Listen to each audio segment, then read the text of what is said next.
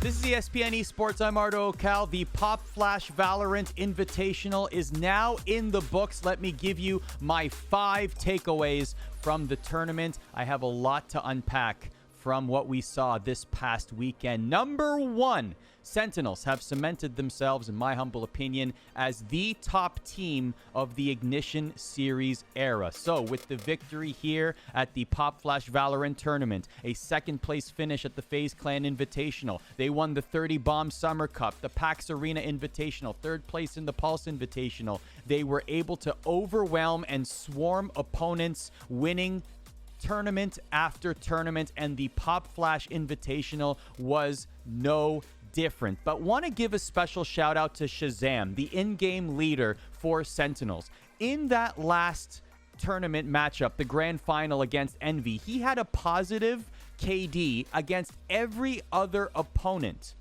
in every map. So he went positive. He included a +9 differential against Mame. He had one tie, but every other opponent he was positive, which meant that he killed them more than he got killed by them. So not only that, not only was he jet operating on many maps in the tournament, don't forget that he's also the in-game leader. You have to give credit to someone like Shazam to be able to take those two massive full-time jobs, so to speak, and do them at the same time. So I really want to give credit to Shazam there, because we don't often see that kind of role in-game for an in-game leader, but it seemed to work out very well for Sentinels, who really cement themselves as the creme de la creme, at least of the Ignition series. And we didn't even get to see the TSM versus Sentinels rivalry, because TSM dropped out of the tournament early at the hands of Dignitas.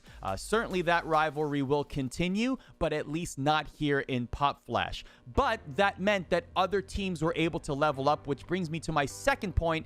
Envy absolutely leveling up this tournament. Maybe it's the Post Malone buff. Maybe it's the fact that the Envy Rocket League team swept their way through the playoffs in the latest grid. Maybe it's the fact that the Dallas Empire just won a world championship. All the Envy teams in the family seem to be getting dubs after dubs after dubs, and Envy might have gleaned a little bit off of that and said, hey, we need to make a name for ourselves in the Valorant space, and that's exactly what they did. They beat T1 at one point. Remember, T1 was the #1 team in many people's power rankings. Beat Immortals, Dignitas, and Cloud9 to make it to the final, and especially in that Cloud9 matchup, shout out to Akis with a 40 bomb across the series, led all players on split with 22 kills. Envy just looked like a team. At parts, they played like the most cohesive unit of any team in Valorant, and that's going to serve them, because remember, Valorant is a team game. As fantastic as someone like Tens is,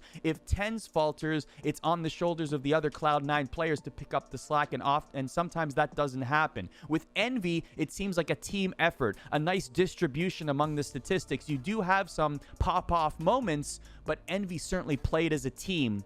And if that continues, they will certainly be a threatening team for many tournaments to come, and they certainly cemented themselves as a team to be talked about here at the Pop Flash Ignition Series. Number 3, Dignitas had a terrific first showing, and there is definitely optimism here. Dignitas had a terrific tournament in terms of their, especially against TSM. They placed in 4th. They won $5,000 from the event. They were able to exit the group stage, and then they ran into Sentinels. They got sent down to the lower bracket, and then they faced Team Envy. But at least in the group stage, they showed that they can hang for the first tournament under this banner, first major tournament under this banner. Remember, less than a month ago, these were players that were looking for a home, literally calling themselves homeless. So a great showing here by Dignitas. I thought that the team looked very good in many parts of this tournament, particularly against TSM. And what we learned about Psalm, by the way, in one of the features in between the maps, in between the games, where we saw, basically, we heard about Psalm's life story. And this will get me to my next point, which is, I thought the production at Pop Flash was excellent. I thought that the production crew did a great job. The talent selected was great. We saw some new faces like Rivington and Doa and Potter, Maui Snake, and Lex. We saw some faces that we hadn't seen at major Valorant tournaments before, and I thought they all did a terrific job. And really, one thing that Pop Flash established that I hope that future tournaments, especially major Riot involved series for Valorant take notice and replicate is the shoulder content. We saw a lot of great features. We heard the story of Brax. If you hadn't heard Brax's story, well, now you know all about his CSGO background from watching the features in Pop Flash. We saw that Psalm feature that I mentioned earlier, talking about his history with video games and how incredible it is. We also saw some guests come in. I came in, Sean Garris came in. He was doing viewing parties all weekend long. Myth was doing viewing parties. So the shoulder content was really impressive from Pop Flash. Also, it made you miss seeing some in-studio work. Definitely, this was the first major tournament that was in studio in North America, and it definitely showed the production value was certainly there.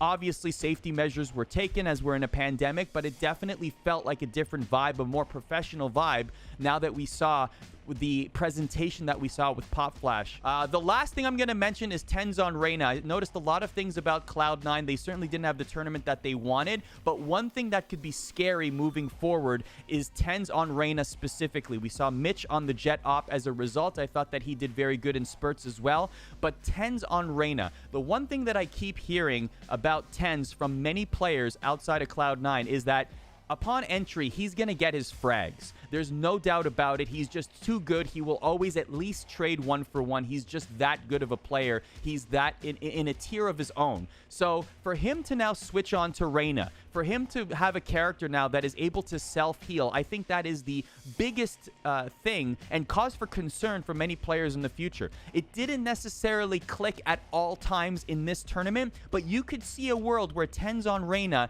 firing on all cylinders with all the other agents figured out, all the other players basically surrounding TenZ and finding that optimal situation.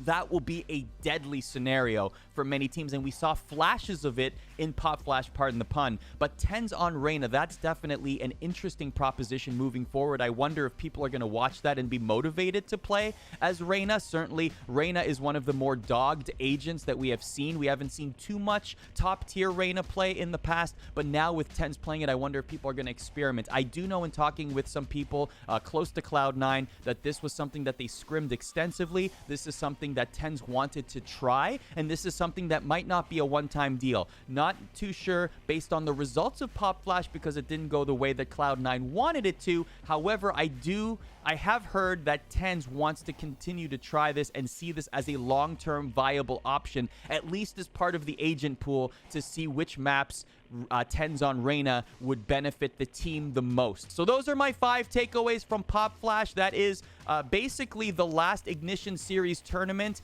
the last major tournament in North America, at least that has been announced. Of course, Riot has the League of Legends World Championships coming up, certainly focusing attention there, but we don't know what's happening in terms of major North American tournaments in the immediate future in Valorant. So let us know in the comments below what you thought of the tournament, what you thought the positives were, what you thought the negatives were.